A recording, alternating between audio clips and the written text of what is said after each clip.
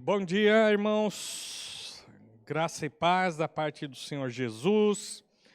Nós vamos dar início aqui à nossa terceira aula desse módulo da Escola Bíblica Dominical. Nós estamos estudando os patriarcas, a vida dos patriarcas.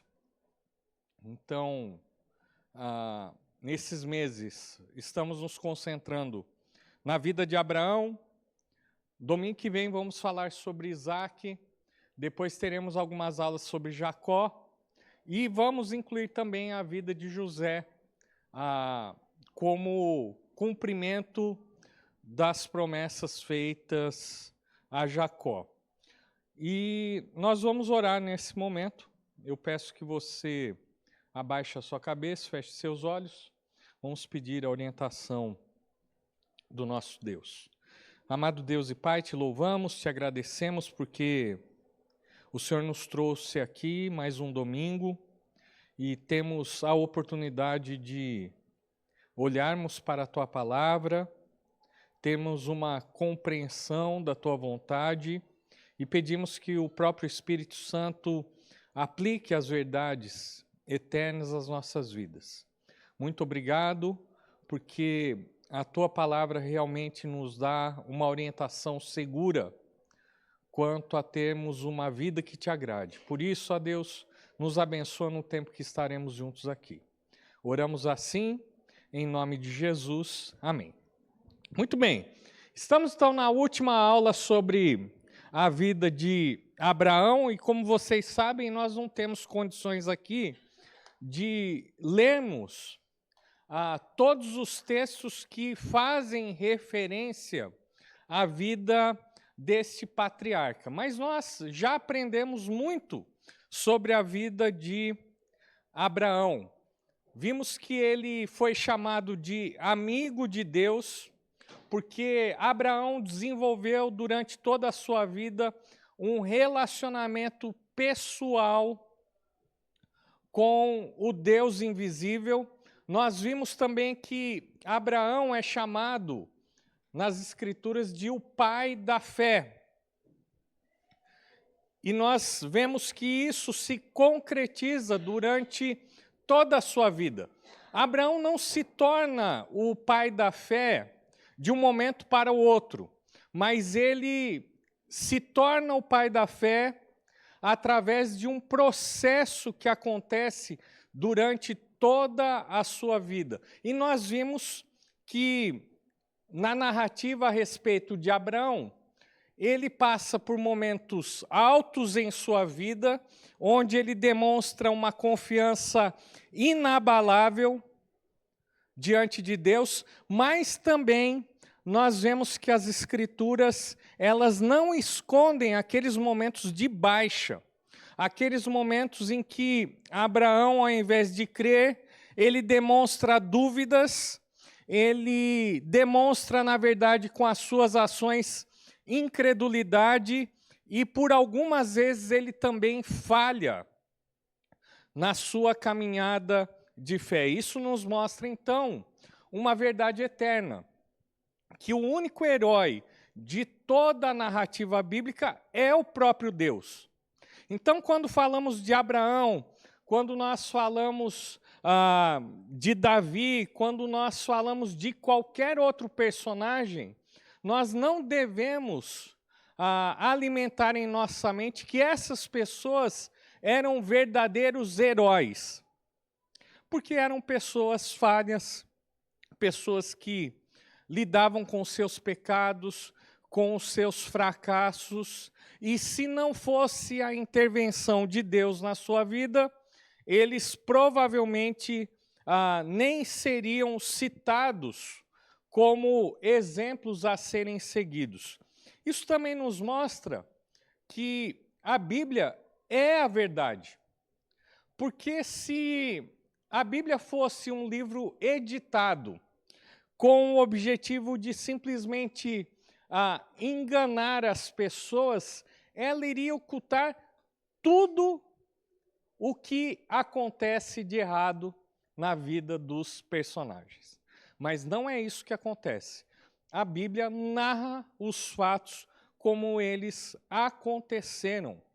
Ela não esconde as falhas de caráter dos personagens que se dispuseram a caminhar com Deus. E por isso, então, nós podemos descansar, confiar na narrativa bíblica. Veja que, apesar das falhas de Abraão, Deus, na sua graça, ele insiste em reafirmar e cumprir a aliança que o próprio Deus fez com Abraão.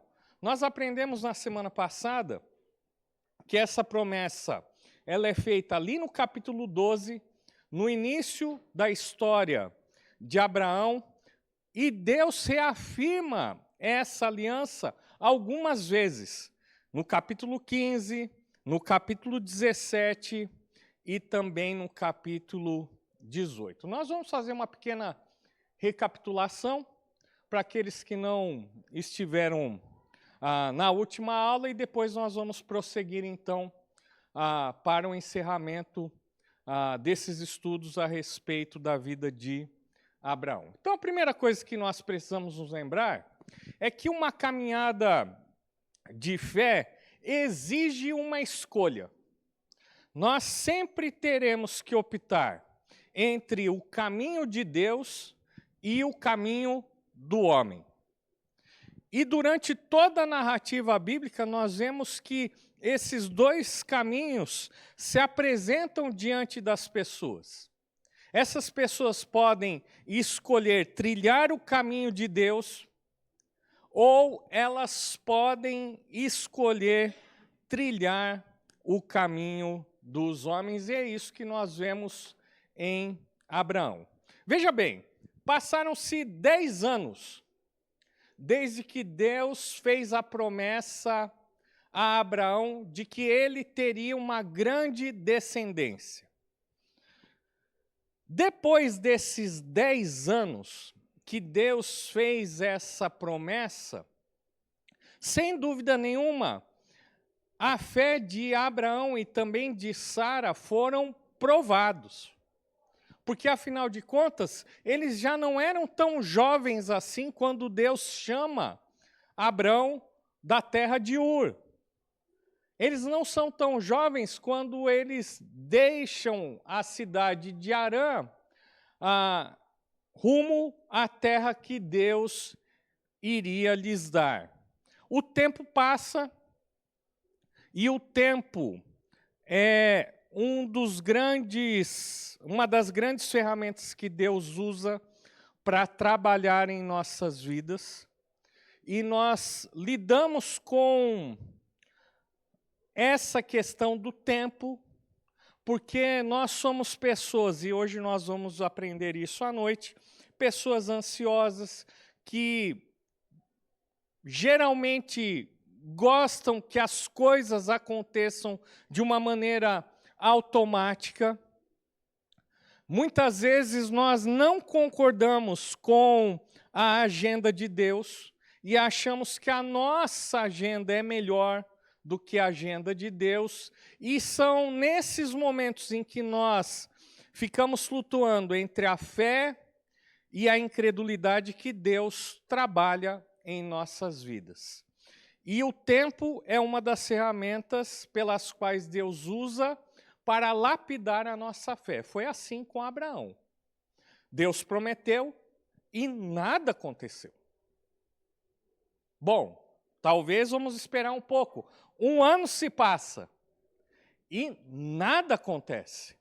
Mais 1 ano se passa e nada acontece. Passam-se 5 anos e nada da promessa de Deus se cumprir na vida de Abraão e de Sara. 6 anos, 7 anos, 8 anos, 9 anos, 10 anos. Bom, será que Deus se esqueceu da sua promessa? Será que ele se equivocou? E daí então nós vemos o caminho do homem entrando em cena. O caminho de Deus é: confie na minha promessa, e espere o cumprimento dessa promessa. O caminho do homem diz o seguinte: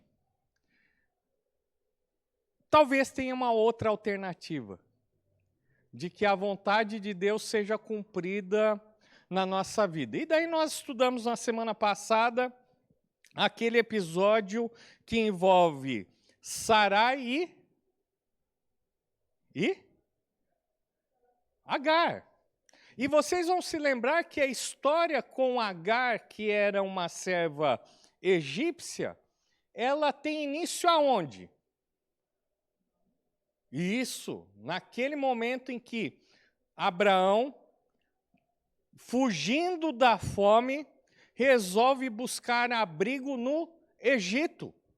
E vocês vão se lembrar que em nenhum momento Abraão pede a orientação de Deus. Essa é uma decisão que ele toma baseada simplesmente na sua razão. Essa terra está sofrendo com seca, com fome, o Egito continua usufruindo de fartura e de alimentos, vamos para lá. E daí vocês vão se lembrar também na primeira aula que falamos sobre algumas coisas que aconteceram no Egito. Então, Abraão, temendo por sua vida, conta uma mentira. Na verdade, ele conta uma meia-verdade que é, na verdade, uma mentira inteira. Ele diz que Sarai é sua irmã, e isso é verdade, porque Sarai é meia-irmã de Abraão, por parte de pai, mas ele esconde o fato de que, além dela ser sua meia-irmã, ela também era sua esposa. E nós vimos o que acontece ali. Deus, então, age, trazendo libertação para Sarai, mandando, então, uma praga para todos aqueles que faziam parte do palácio de Faraó. E então a verdade vem à tona e Faraó, ele expulsa Abrão, Sarai e toda a sua caravana do Egito. E a Bíblia nos fala que Abraão partiu com tudo o que ele tinha. E nesse tudo que ele tinha, ele levou consigo uma serva egípcia chamada Agar. Na semana passada nós vimos então que Sarai faz essa proposta para Abrão, uma vez que esse era o costume dos povos orientais antigos, que quando uma esposa era infértil, não conseguia dar um herdeiro ao seu marido, então o costume dos povos antigos, e até eu não lembro quem foi que mostrou para mim uma observação na Bíblia, mostrando ali, e ele não estava lembrando por que ele fez uma anotação, né, do Código de Hammurabi, que previa essa possibilidade de uma serva dar à luz a um filho que seria o herdeiro do seu senhor. Então Sarai, ao invés de confiar na promessa de Deus, apesar dos 10 anos passados, ela resolve propor essa situação, que era uma situação alternativa à vontade de Deus. E a palavra de Deus, então, vai nos dizer que Abraão se deita com Agar, ela fica grávida e dá à luz a Ismael. E depois existem outras consequências que nós vimos, então, na aula passada. Tudo bem até aqui, gente? Estão se lembrando dessa história? Vocês percebem como isso é Abrão e Sarai trilhando o caminho do homem, ao invés de permanecer no caminho de Deus? Isso tudo porque o tempo se passou e aparentemente, ou Deus se esqueceu da sua promessa, ou ele se equivocou ao prometer para Abraão uma grande nação. Muito bem. Eu quero convidar você a abrir a sua Bíblia agora em Gálatas, capítulo 4. E eu vou pedir para uma pessoa ler esse texto para que todos possam escutar. Gálatas 4, 21 a 31. Quem que pode ler para a gente? Levante sua mão. Aqui, por favor, Anderson.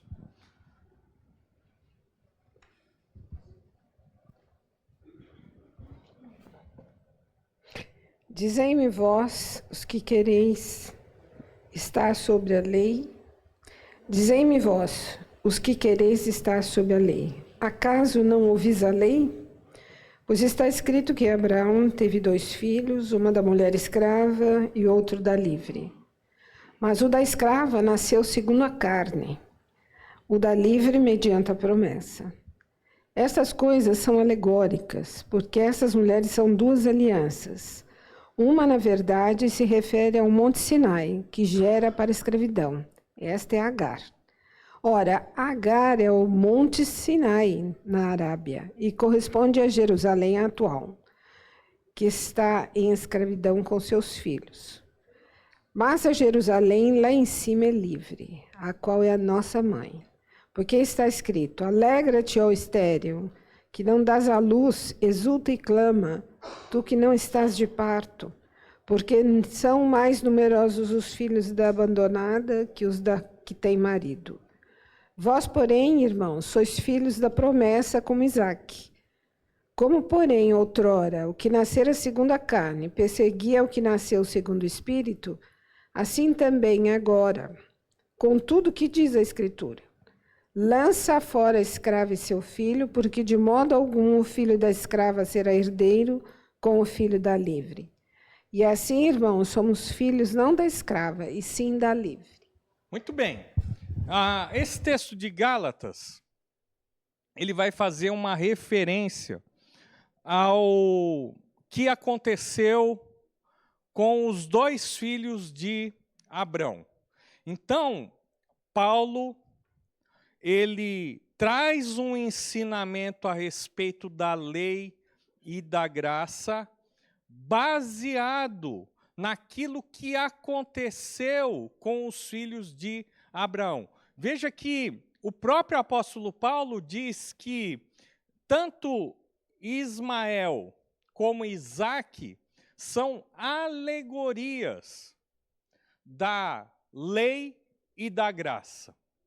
Veja que quando Paulo escreve para os irmãos ali da Galácia, ele tem um objetivo concreto na sua mente, que era justamente combater aqueles judeus que estavam infiltrados na igreja e que não tinham compreendido a essência do Evangelho.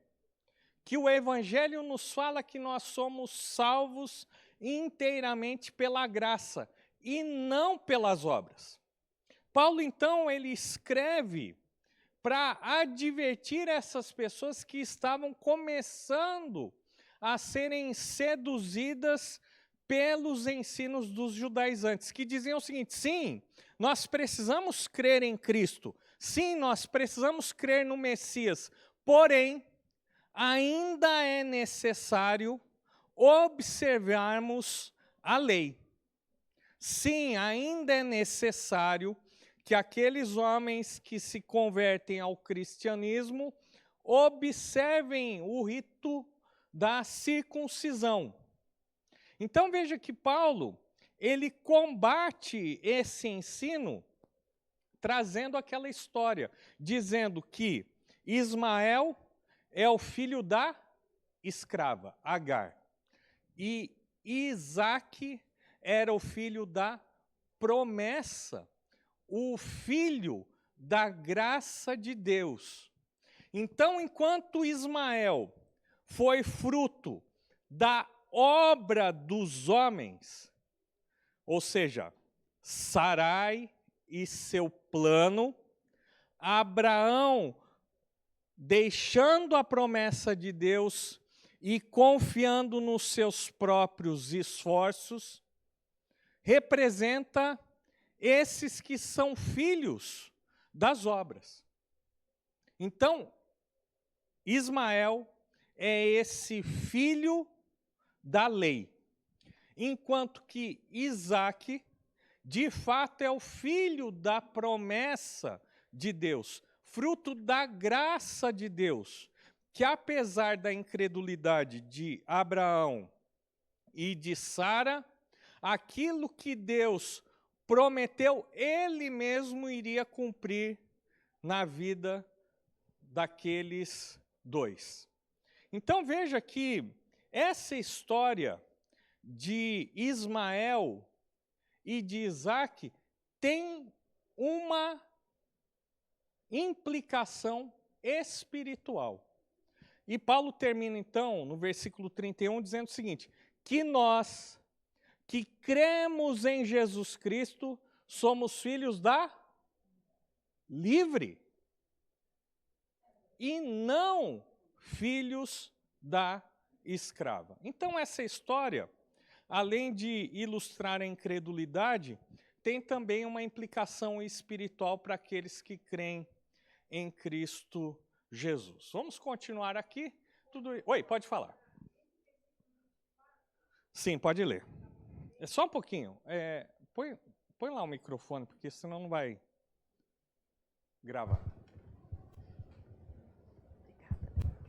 Esse 24 que fala, estas coisas são alegóricas, porque estas mulheres são duas alianças. Sim. Uma, na verdade, se refere ao Monte Sinai, que gera para a escravidão. Esta é Agar. Sim. Tá. E aí, resumindo isso. Isso. A Mas história. mas uma aliança... não que a história de Ismael e Isaque não fossem reais. O que Paulo está dizendo, se você ler na NVI, isso foi usado como uma ilustração. Tá. Aqueles que querem ser salvos pelas obras são como a filha da escrava. O filho E estão em servidão da lei. Mas aqueles que creem em Cristo são como o filho da livre. Não, isso daí eu entendi. Tá? Eu entendi. Mas assim, essas duas alianças, essas são duas alianças. Uma, na verdade, se refere ao Monte Sinai. Por que Monte Sinai? Vamos lá, vamos ver se alguém responde. Por que no Monte Sinai?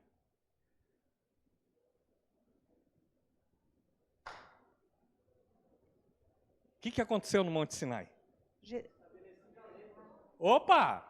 Foi ali que Deus deu a lei para... Moisés. Moisés, é isso aí.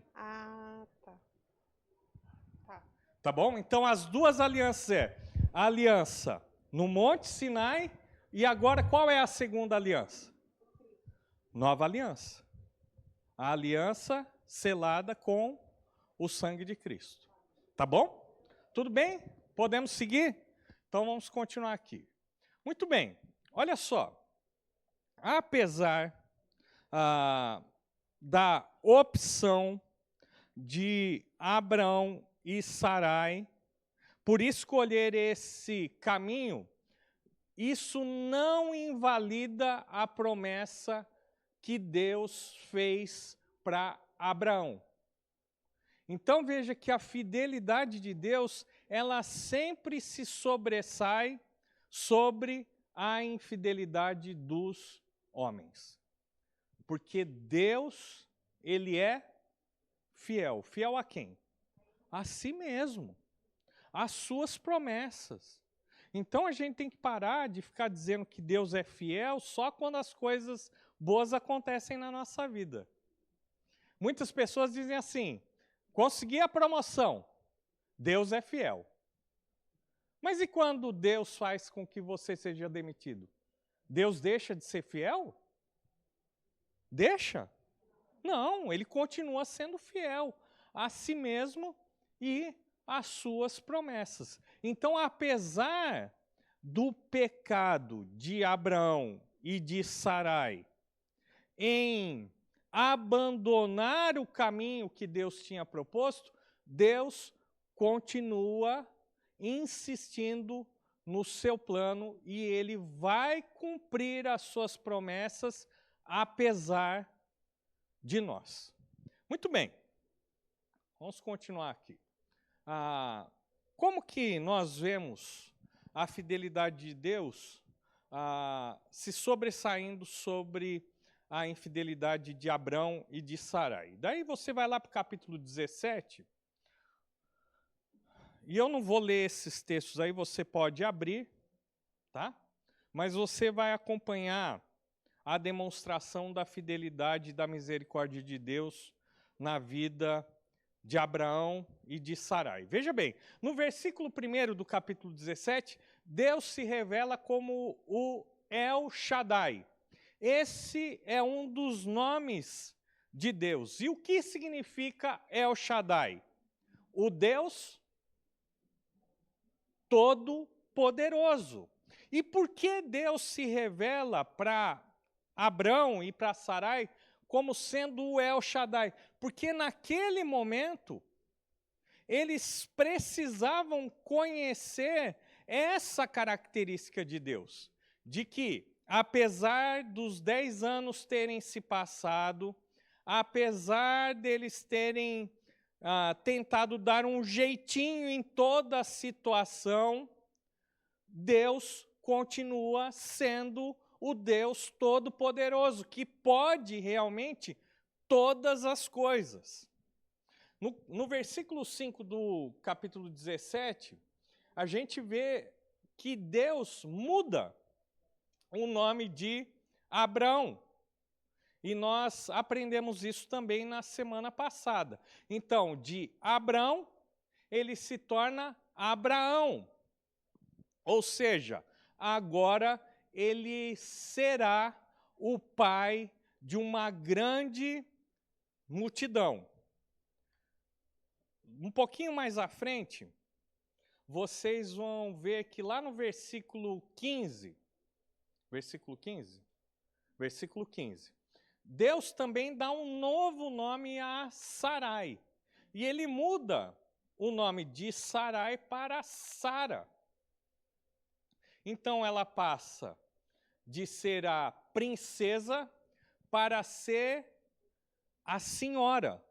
Mas veja que quando Deus muda os nomes de Abraão e de Sarai para Abraão e Sara, eles continuam sem um herdeiro legítimo. Ismael tinha nascido, porém ele não era o filho da promessa. Mas Deus muda os nomes de Abraão e de Sarai como um sinal daquilo que eles iriam se tornar. Não porque eram pessoas de fé, não porque eram pessoas obedientes, mas porque Deus, ele é fiel às suas promessas. Muito bem, o que mais nós aprendemos ali? Que Deus, então, ele institui no capítulo 17, versículos de 9 a 14, o sinal que marcaria, representaria essa aliança de Deus com Abraão e com todos os seus descendentes, que era justamente a circuncisão. Então, todos aqueles que desejassem fazer parte da aliança que Deus fez com Abraão, deveriam circuncidar os seus filhos.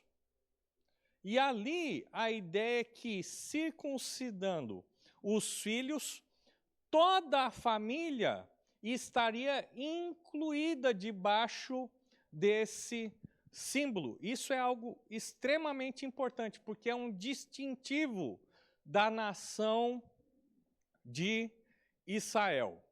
Muito bem. O que mais nós falamos? Falamos que ali, no capítulo 17, acontece algo extremamente importante, porque 3 visitantes vêm à tenda de Abraão. 2 anjos e um que é chamado de o anjo do Senhor. E você já sabe, a gente já repetiu várias vezes, que todas as vezes que essa expressão aparece, o anjo do Senhor, com letra maiúscula, não é um mensageiro qualquer de Deus, não é um anjo qualquer de Deus, mas é uma cristofania, ou seja, a manifestação de Jesus Cristo antes mesmo da sua encarnação. Então veja que a história de Abraão, e Abraão é um personagem tão importante que o próprio Cristo reafirma a promessa de Deus, reafirma a aliança abraâmica. E daí vocês vão se lembrar que Abraão serve então um banquete para aqueles visitantes, e então o anjo do Senhor diz que voltaria na primavera e Sara então ficaria grávida e daria à luz ao seu filho. Vocês vão se lembrar também que num primeiro momento Abraão ri de incredulidade, porque afinal de contas ele não está mais novo, mas sim mais velho. E depois nós vemos que Sara está do lado de fora da tenda, tentando escutar a conversa dos outros, né? E quando o anjo diz que ela vai ficar grávida, o que ela faz? Ela ri. E por final leva uma bronca, né? Porque o anjo pergunta, por que Sara está rindo? E ela diz o quê? Eu não ri. E daí o texto termina assim, você riu. Eu sei que você riu. Então esse riso é um riso de incredulidade. Oi? Oi? É boa pergunta, não sei. Porque ele também, porque ele também ri. É a mesma. É a mesma expressão. Abraão riu e Sara também riu. Existe a possibilidade do riso dele, por não ter sido levado essa bronca, ser um riso de alegria e não de deboche, como foi o dela? Creio que não. E eu não sei se a gente pode dizer que foi um riso de deboche. Eu acho que, na verdade, foi um riso de incredulidade. Incredulidade. Oi, pode falar. Mas aí o versículo 5, Sim. versículo 6, aliás. Ele creu no Senhor e isso lhe foi imputado para a justiça. Sim. Queria eu ser igual a Abraão, cara. Entendeu? Queria eu, Zé Paulo, ser igual a ele.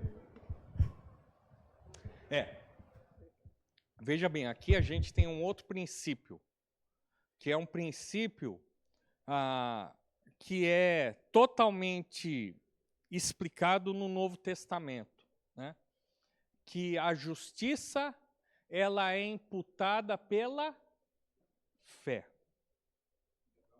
Isso. Então, Abraão não era justo por ser perfeito, mas quando ele crê nas promessas de Deus, ele é feito justo. Isso é imputação.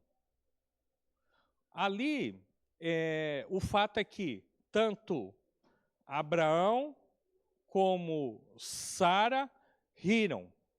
Talvez a diferença ali é que depois que o anjo do Senhor declara mais uma vez essas verdades, Abraão crê. E Sara ainda estava demorando em crer nas promessas de Deus. Talvez isso também tenha relação com o episódio anterior. Porque quem foi que propôs que Agar desse um descendente a Abraão? Não foi Abraão, mas foi justamente Sara. Lógico, não estamos tirando o corpo fora de Abraão, né? Porque Abraão também podia ter feito o quê? Não, Sarai, de jeito nenhum. Deus fez uma promessa. Esse descendente será através de você, mas não, ele fica quieto, ele fica omisso. Parece que alguma coisa aconteceu isso lá em Gênesis 3 também, né? Que a mulher comeu e deu para o seu marido, e o que o seu marido fez? Ele disse, não, Eva. O que ele fez? Comeu. Não, de jeito nenhum, de jeito nenhum. De jeito nenhum, de jeito nenhum. Por isso que o que a gente observa aqui é assim, apesar da infidelidade, é para dar tudo errado, gente. Não tem como, se depender do homem, não vai dar bom. Vai dar ruim, por quê? Olha só o que eles só atrapalham. Mas apesar de tudo que o homem e a mulher fazem de errado, Deus continua o quê? Firme no seu propósito. Apesar dos fracassos do pecado, Deus continua sendo fiel. Deus continua levando a cabo o seu plano de redenção. A gente já vai para o cafezinho. Vamos, então, concluir essa parte, deixando Abraão e Sara aguardando o cumprimento da promessa de Deus. Tá bom? Então vamos lá para o cafezinho. 10 minutos a gente volta.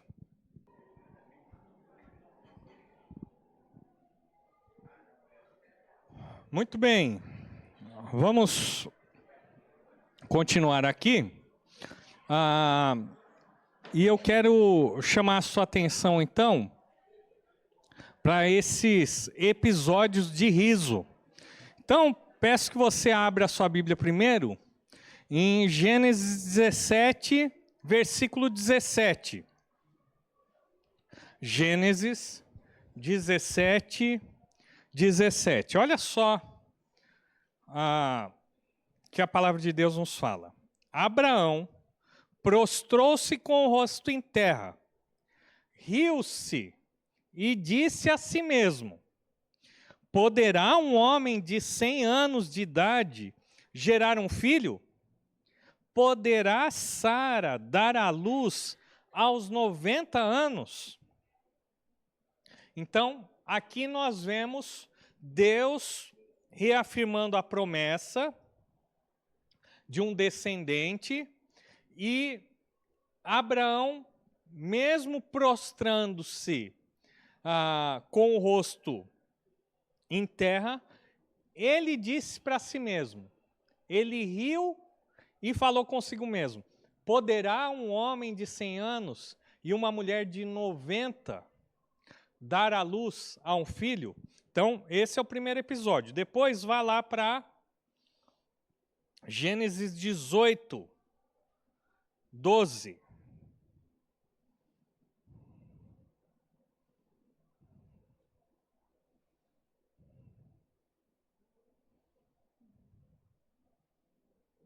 Vamos ler desde o 11. 18, 11. Abraão e Sara já eram velhos de idade bem avançada, e Sara já tinha passado da idade de ter filhos. Por isso, riu consigo mesma, quando pensou, depois de já estar velha e meu senhor já idoso, ainda terei esse prazer? Mas o Senhor disse a Abraão, por que Sara riu e disse, poderei realmente dar à luz agora que sou idosa? Existe alguma coisa impossível para o Senhor? Então, veja que aqui nós encontramos tanto Abraão como Sara rindo. E a explicação está no próprio texto, dizendo que eles estavam pensando o quê? Imagina, agora com 190, isso é impossível. Agora vá para o capítulo 21.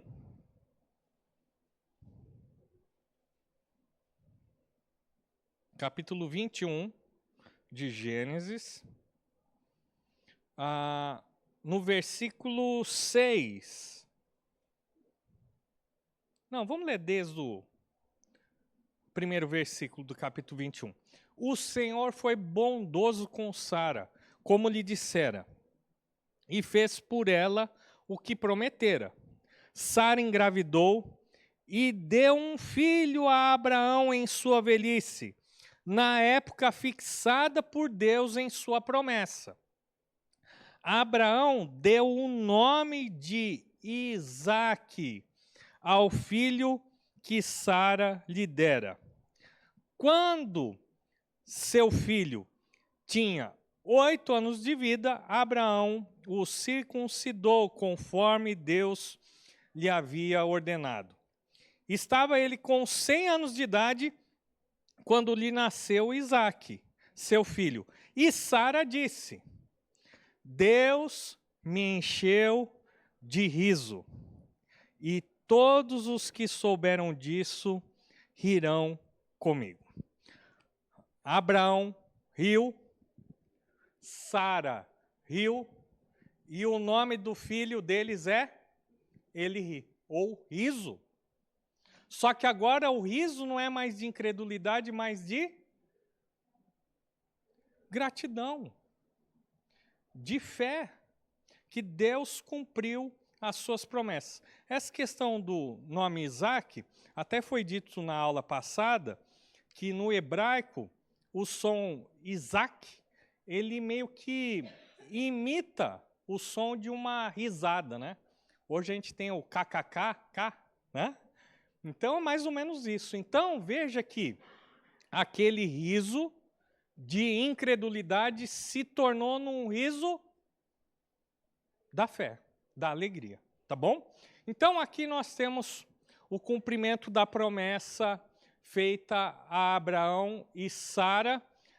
Abraão tinha 100 anos e Sara tinha 90 anos. Agora é importante vocês lembrarem que nessas narrativas que nós vemos, a Bíblia deixa bem claro que ela já fisicamente não podia dar à luz a filhos, porque ela já passou da idade. Não é o fato dela ter 90 anos, mas o fato dela já não estar mais na idade fértil. E Deus, então, assim cumpre as suas promessas. Muito bem, a gente vai correr um pouquinho aqui, mas eu quero falar um pouquinho sobre um contraste entre Abraão e seu sobrinho Ló, né? E você vai encontrar essa história nos capítulos 18 até o capítulo 19, falando especificamente de Ló. Vamos só fazer uma recapitulação, porque a gente não vai ter tempo aqui, mas eu quero chamar a sua atenção para esses contrastes, né? Olha só, Abraão foi um homem que andava com Deus. Ló era um homem que andava com os homens de Sodoma. Era isso. Enquanto Abraão escolheu andar com Deus, Ló escolheu viver, andar com os homens ímpios. Veja que durante toda a peregrinação de Abraão, ele construiu altares em adoração ao único e verdadeiro Deus. Quando nós olhamos para a vida de Ló, nós vemos que ele não construiu nenhum tipo de altar. Ele não fez nenhum tipo de referência a Deus e ao temor que ele tinha a Deus. Outro contraste que a gente vê, Abraão, apesar das suas falhas, ele andou pela fé. Agora, Ló não. Ló, ele era guiado por aquilo que ele via. Vocês se lembram quando os pastores de Ló brigaram com os pastores de Abraão? Então, Abraão propôs, olha, escolhe então um lado dessa terra. E você vai para esse lado, eu vou para esse lado. Então, não vai acontecer nenhum tipo de discussão, nenhum tipo de briga entre nós dois e os nossos pastores. Muito bem, vocês vão se lembrar que Ló, ele escolheu primeiro aquela terra que era aparentemente a melhor, apesar de ser naquela região que as cidades conhecidas pela impiedade estavam. Então, Abraão andava por fé, Ló andava pela sua vista. Veja que Abraão ele tem que resgatar Ló em meio a uma guerra. Daí ele pega lá os seus 318 homens que tinham condições de guerrear, e ele então derrota o exército desses 6, e ele então liberta não somente Ló, mas toda a sua família e aqueles que pertenciam à sua caravana. Mas veja que Ló, mesmo depois de ser liberto do perigo, ele volta e se coloca onde? Na mesma situação. Porque ele morava perto de Sodoma, eles foram atacados. Abraão, então, o liberta. E ao invés dele simplesmente dizer assim, não vou mais viver naquela região, já aprendi a minha lição, nada de bom sai daquela região, daqueles homens, eu vou me mudar. Não, o que a gente vê é que ele, depois da liberdade conquistada, ele se coloca de novo na mesma região. E pior, o que a gente vê é que Ló, ele se encontra a certa distância das cidades e aos poucos ele vai o quê? Se aproximando. Se aproximando. Então aquele que estava distante de Sodoma agora está onde? Dentro da cidade. Ele tem a sua casa na entrada dos portões da cidade. Isso acontece de uma maneira gradual. Não tem nenhum problema. Isso não vai me atingir. Não. Eu não vou me contaminar com a cultura. Eu não vou me contaminar com a idolatria, o tipo de pensamento. Isso não vai me afetar. E aos poucos ele vai se aproximando até que ele se torna um cidadão dessa cidade. Então esse é outro contraste que nós vemos aqui na vida de Abraão e de Ló. Muito bem, nós vemos que Abraão, ele oferece um melhor para o anjo do Senhor e para os anjos que o visitam no acampamento. Mas olha só o que acontece com Ló. Ló coloca os anjos, porque depois dessa conversa que o anjo do Senhor tem com Abraão, o anjo do Senhor sai de cena e os outros 2 anjos se dirigem à cidade de Sodoma e Gomorra. E vocês vão se lembrar que eles vão justamente para trazer o juízo de Deus àquelas cidades. Então veja, Abraão honra aqueles visitantes, mas Ló não. Ele os coloca em perigo. Por quê? Porque quando ele abriga esses anjos na sua casa, a palavra de Deus nos fala que aqueles homens se juntam e batem à porta de Ló, dizendo o seguinte: manda esses 2 visitantes aqui para fora, porque nós queremos o quê? abusar sexualmente desses visitantes. É isso que eles queriam. Eles queriam violentar aqueles homens que estavam debaixo do teto de Ló. Daí vocês conhecem a história, Ló tenta negociar, ele até oferece as 2 filhas, olha, eu tenho 2 filhas aqui, donzelas, eu vou colocar as 2 para fora, mas não toquem nesses 2 visitantes. E daí então os anjos enviam uma forte luz e aqueles homens que estavam à porta da casa de Ló ficam totalmente cegos. Veja bem, Abraão e Sara, eles riram por causa da incredulidade, não é? Mas daí a gente vê aqui que os genros de Ló, aqueles que iriam casar com suas filhas, eles também riem, mas eles riem de deboche. Por quê? Porque os anjos dizem para Ló, vocês têm que sair agora, imediatamente dessa cidade. Você e suas filhas. Mas tem os meus genros. Então vai correndo e avisa. Quando Ló conversa com os 2, eles simplesmente desfazem, debocham de Ló e daquilo que ele estava anunciando aos 2, que era justamente a destruição eminente da cidade. Muito bem. Outro contraste que nós vemos é que Abraão, ele intercede pelas cidades. Vocês vão se lembrar dessa conversa. E Abraão, então, ele, se tiver 50, o senhor vai destruir a cidade? Não, não vou destruir, Abraão. Mas e se tiver 30? Não, não vou destruir. E se tiver... Não, não vou destruir. O problema é que não existia nenhum homem justo naquela cidade.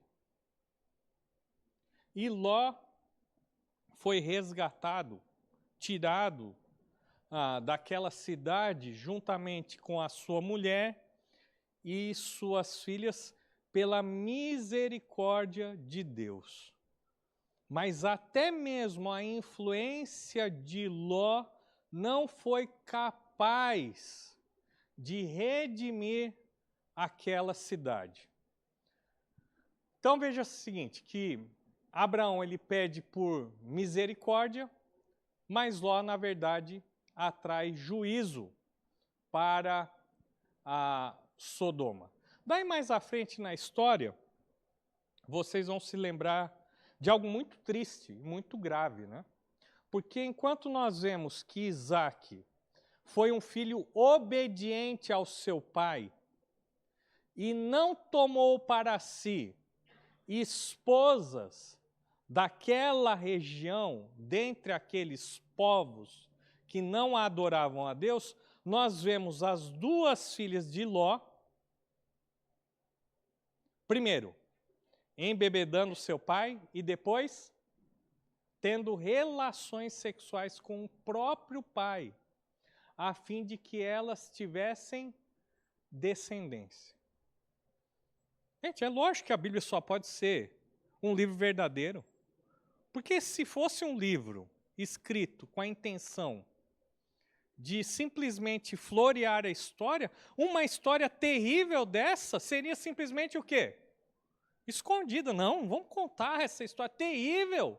Como assim 2 filhas se aproveitando do seu pai para gerarem filhos? E daí nós vamos também, mais à frente, descobrir que esses filhos que Ló teve com as suas filhas, deu origem aos Moabitas e os Amonitas, que eram nações ímpias, que guerrearam contra Israel durante a sua história. Abraão, então, foi o pai dos israelitas e Ló, então, o pai dos Moabitas e Amonitas. Falta uma coisa aqui que eu não coloquei. mas talvez um contraste entre a história da esposa de Abraão e a esposa de Ló. Sara creu, depois de muita relutância. Mas a mulher de Ló, ela não creu naquilo que os anjos disseram. Porque vocês vão se lembrar que os anjos disseram o quê? Peguem tudo que vocês têm e saiam correndo. Olha só como a Bíblia mostra um Deus paciente, né? Porque os anjos falam assim, vão para a montanha. E o que Ló fala? Não, deixa eu ir para essa cidadezinha aqui do lado. Mas, então pode ir. Mas não olhem para trás. E aqui você tem a ilustração de uma estátua de sal. A gente nem sabe o nome, né? Da mulher de Ló. O que nós sabemos é que ela é caracterizada pela sua incredulidade. Muito bem. Vamos correr mais um pouquinho aqui. Gênesis capítulo 20. Gênesis capítulo 20, nós vemos mais uma vez um vacilo na fé de Abraão. E aqui a gente está voltando um pouquinho antes do nascimento de Isaac. Então Deus tinha prometido um filho para Abraão e Sara, e eles vivem agora na região de Gerar. E é inacreditável isso, né? Abraão, ele cai no mesmo pecado. Apesar de tudo que ele viu que aconteceu no Egito, ele vai lá e tropeça de novo. Do mesmo jeito, ele tem medo do rei de Gerar, Abimeleque, que não é aquele Abimeleque, rei de Salém, tá bom? Que nós vimos na aula anterior. É um outro Abimeleque, era um nome meio comum. Abimeleque é a ideia de que o meu pai é rei. Então é esse o significado. Então esse Abimeleque, ele era o rei em Gerar. Abraão mais uma vez tem medo. E olha só, Sara deveria ser uma mulher extremamente bonita. Porque com 90 anos, o rei de Gerar queria o quê? Que ela fizesse parte do seu harém. E Abraão, com medo de ser morto pelo rei, ele mais uma vez conta a mesma história. Sara não é minha esposa, ela é apenas a minha irmã. E daí nós conhecemos a história, a verdade vem à tona, porque nenhum irmão fica com chamego com a irmã, não é? E então o rei de Gerar descobre isso em sonho, é alertado. E veja que se dependesse de Abraão, a promessa de Deus seria, mais uma vez, um desastre. Porque imagine só, Sara está grávida e ela é dada em casamento ao rei de Gerar. Daí ela dá à luz. De quem é o filho? De Abraão ou de Abimeleque? Olha a confusão. O homem só faz atrapalhada. Não é isso? Sozinho, nós estamos perdidos. Porque a gente não coopera com o plano de Deus, a gente atrapalha. Mais uma vez, a mesma mentira, o mesmo medo, a mesma falta de fé. Então, ali eles fazem uma aliança, isso também envolve ali os poços que Abraão cavou ali, naquela região, e tudo fica em paz, não porque Abraão conta toda a verdade, mas porque Deus revela a mentira. E daí nós chegamos aqui no capítulo 21 e 22, e eu peço que você acompanhe comigo aí a leitura desses capítulos. Nós já falamos aqui sobre o nascimento de Isaac, o significado do nome de Isaac. Lembre-se que agora nós não temos mais 10 anos, né? Mas já se passaram 25 anos desde que Deus fez a promessa a Abraão de que ele seria o pai de uma grande nação. Mas veja bem, para que ele realmente demonstrasse a fé na promessa de Deus, Abraão teve que tomar algumas atitudes. E uma das atitudes que ele toma, e que é uma atitude extremamente dura aos nossos olhos, é que ele tem que despedir quem? O seu outro filho, Ismael. E por que ele tem que despedir Ismael? Para que não ficasse nenhum tipo de dúvida de quem de fato era o descendente legítimo de Abraão. E Deus fala com Abraão, e agora Abraão, ele não pensa duas vezes, ele simplesmente obedece e despede Ismael, a sua mãe, Agar, e deixa bem claro que o seu descendente é Isaac. Muito bem. Nós temos a despedida de Ismael, você pode ler no capítulo 21, dos versículos 8 a 21. Depois, um pouquinho mais à frente, você tem essa aliança de Abraão e Abimeleque. E agora eu quero gastar um tempo com vocês falando sobre o triunfo da fé. Abra sua Bíblia então agora, em Gênesis 22. Nós vamos fazer a leitura do versículo de 1 a 19. É uma leitura um pouquinho longa, mas eu peço que você preste bastante atenção naquilo que a palavra de Deus diz. Passado algum tempo, Deus pôs Abraão à prova, dizendo-lhe: Abraão, ele respondeu: eis-me aqui. Então disse Deus: tome seu filho, seu único filho, Isaque, a quem você ama, e vá para a região de Moriá.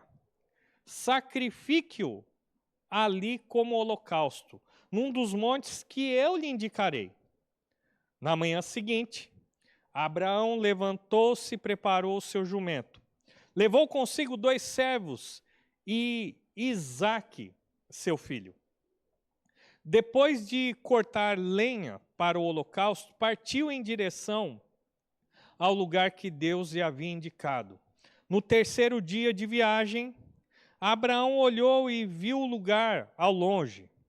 Disse ele a seus servos: fiquem aqui com o jumento, enquanto eu e o rapaz vamos até lá. Depois de adorar, voltaremos.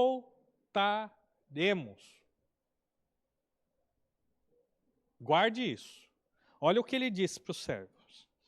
Depois de adorarmos, nós voltaremos. Abraão pegou a lenha para o holocausto e a colocou nos ombros de seu filho Isaque. E ele mesmo levou as brasas para o fogo e a faca.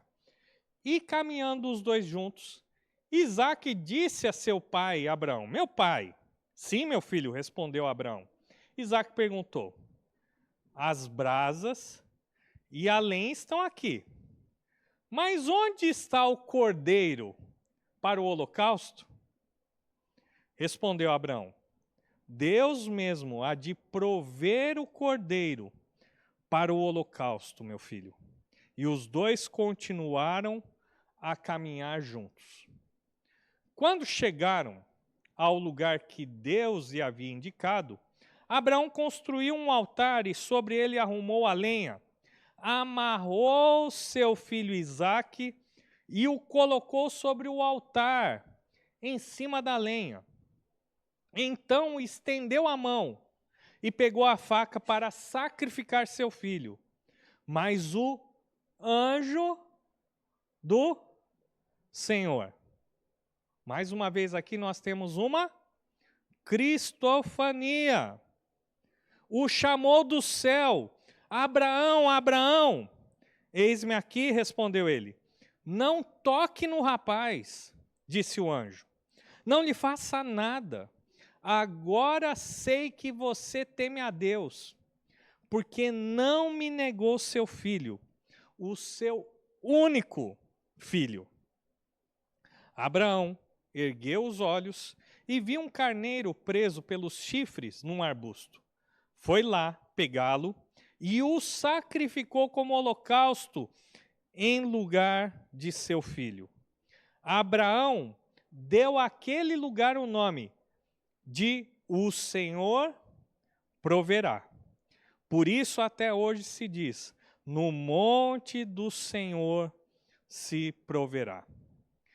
Pela segunda vez o anjo do Senhor chamou do céu Abraão e disse: juro por mim mesmo, declara o Senhor, que por ter feito o que fez, não me negando seu filho, o seu único filho, esteja certo de que o abençoarei e farei seus descendentes tão numerosos como as estrelas do céu e como a areia das praias do mar. Sua descendência conquistará as cidades dos que lhe forem inimigos, e por meio dela todos os povos da terra serão abençoados, porque você me obedeceu.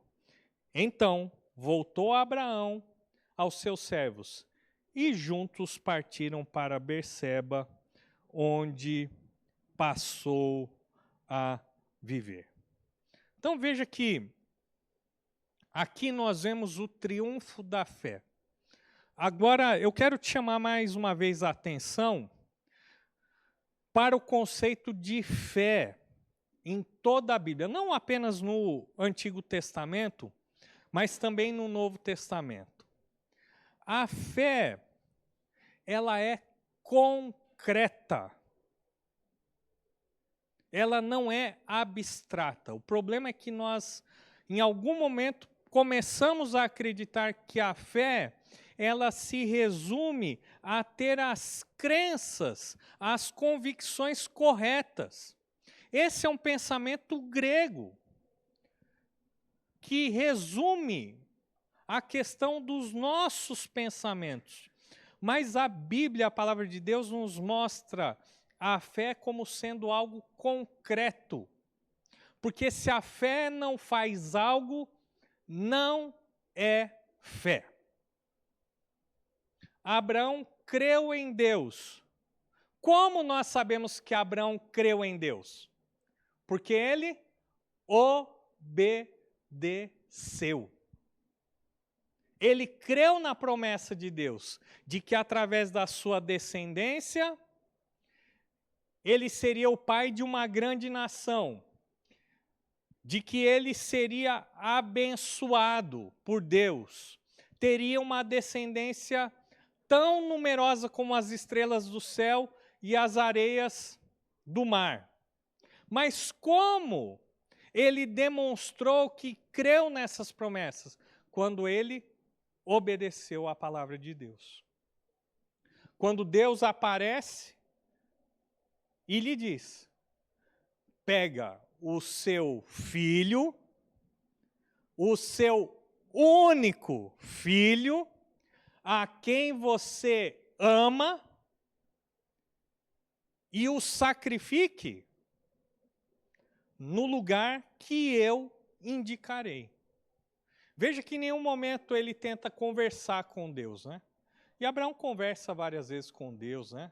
Quando ele ri da promessa de Deus ali no capítulo 17, ele até pede para Deus: Deus, torna Isaac já está aí mesmo, já nasceu, que ele seja o filho da promessa.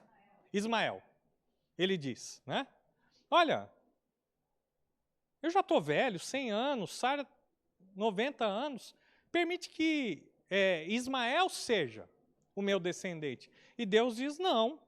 Agora, Deus manda e Abraão simplesmente obedece. É interessante porque quando ele deixa os servos, né, ele declara uma convicção de que eles iriam adorar a Deus e os dois iriam voltar. Quando Isaac, que não é bobo e nada, né, fala assim, ó pai, seguinte, o fogo está aí, a lenha está aqui, mas cadê o cordeiro para o sacrifício?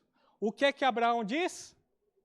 Deus proverá para si o cordeiro. Uma demonstração de fé. Vamos ver aqui 2 textos. E a gente já está caminhando para o final. Hebreus, capítulo 11. Hebreus, capítulo 11, versículo 19.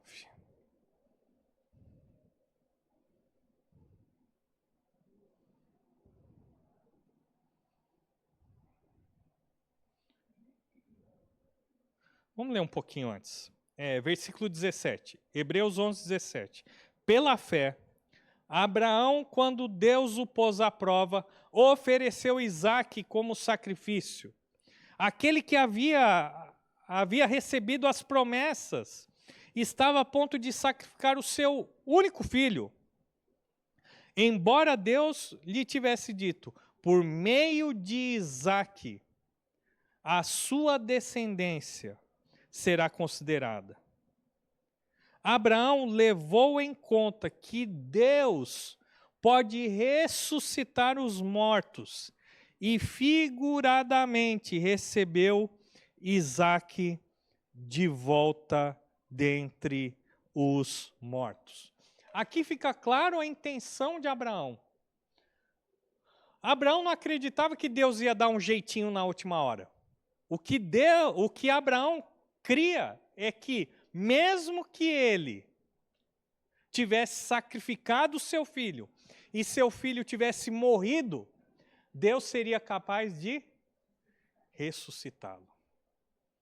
Por isso, Abraão é o pai da fé. Vamos ver aqui Romanos, capítulo 8.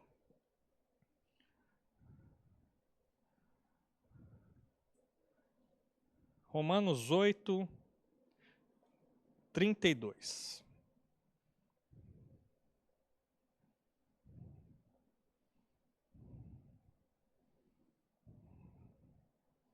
Opa, passei aqui, voltar aqui. Olha só o que Paulo nos fala. Aquele que não poupou o seu próprio filho, mas o entregou por todos nós, como não nos dará com ele e de graça todas as coisas? Veja que o apóstolo Paulo aqui está trazendo uma palavra de conforto, de exortação para aqueles que estavam sofrendo. E ele faz uma pergunta: se Deus não poupou o seu próprio filho para nos salvar, por que nós ficamos preocupados? E aqui existe um paralelo entre a história e o sacrifício de Isaque e o sacrifício do próprio Filho de Deus. É evidente, é inegável que toda a Bíblia está conectada, que conta uma única história, e é a história da redenção. Abraão ia sacrificar o seu filho. Deus sacrificou o seu único filho, a quem ele amava. Através da morte de Cristo, nós temos vida através da fé. Por isso, todos aqueles que creem em Jesus, eles são também filhos de Abraão. O final da vida de Abraão você pode ler na sua Bíblia ali, o capítulo 23, que também já começa a introduzir a história de Isaque. Nós vemos que depois que Sara ela morre, Abraão se casa com uma concubina, Quetura. E com Quetura, então, ele tem outros filhos. Porém, a Bíblia nos deixa bem claro que todos esses filhos foram despedidos do acampamento, porque Isaque, de fato, era o filho da promessa, e através de Isaque, Abraão seria uma bênção para todas as famílias da terra. Abraão, os israelitas, anos depois, vem o descendente de Davi, Jesus Cristo, o Messias prometido. Como que nós vamos encerrar aqui? Bom, Abraão faleceu com 175 anos de idade. E a Bíblia diz que ele foi sepultado com os seus e ele desfrutou de uma vida de paz. Vamos concluir aqui. Deus, ele ri das impossibilidades. Nós rimos de incredulidade, mas Deus olha para aquilo que nós achamos que é impossível e ele dá risada, porque ele não conhece o que é impossível. Olha, apesar de todas as circunstâncias adversas, apesar das ameaças, das falhas, dos pecados, de quem Deus escolhe, Deus, ele é fiel à sua aliança e ele cumpre o seu plano de redenção na história. Se dependesse de Adão, estava tudo perdido. Se dependesse tudo de Noé, estava tudo perdido. Se dependesse tudo de Abraão, estava tudo perdido. Mas Deus, aquilo que ele promete, ele cumpre, apesar de nós, apesar das nossas falhas, apesar da nossa inadequação. Como que a gente vai aplicar aqui, né? Primeiro, eu quero que você entenda que você pode confiar nas promessas de Deus, independente do tempo e independente das dificuldades. Se Deus prometeu, vai se cumprir. Segundo lugar, Deus, ele prova a nossa fé. Mas ele prova não com o objetivo de nos reprovar, mas com o objetivo de nos ensinar a confiar nele. E não em nós mesmos, e não nas outras pessoas, não na nossa profissão, não na nossa conta bancária, mas nele. E por fim, gente, o amor e a fé em Deus são sempre recompensadas. Eu nunca vi uma pessoa que amou a Deus e que realmente viveu em fé, chegar no final da sua vida e dizer que não valeu a pena. Deus recompensa os seus. Amém? Vamos orar. Senhor, nós te louvamos, te agradecemos por essas 3 aulas. Temos muito a aprender com a tua palavra. Temos muito que aprender com a história de Abraão. À semelhança dele, nós somos pessoas que ficam oscilando entre momentos de fé e de incredulidade. Mas muito obrigado, porque o Senhor mesmo nos ensina o caminho da fé. O Senhor nos acompanha, o Senhor nos dá a mão e nos faz atravessar mesmo aqueles momentos de vales, de escuridão e de provação, e o Senhor mesmo nos sustenta, porque o Senhor é fiel. Queremos nessa manhã, mais uma vez, reafirmar a nossa confiança no Senhor. E por favor, ó Deus, aumenta a nossa fé. Essa é a nossa oração. e a fazemos em nome de Jesus. Amém e amém. Deus os abençoe, irmãos. O Jonas está vendendo salada de maionese para aqueles que quiserem, tá bom? R$20, né? Vai ajudar nas despesas da viagem que ele e a família terão em direção ao Camboja, se Deus assim permitir, no próximo ano. Deus abençoe, um bom domingo. À noite nós nos encontramos.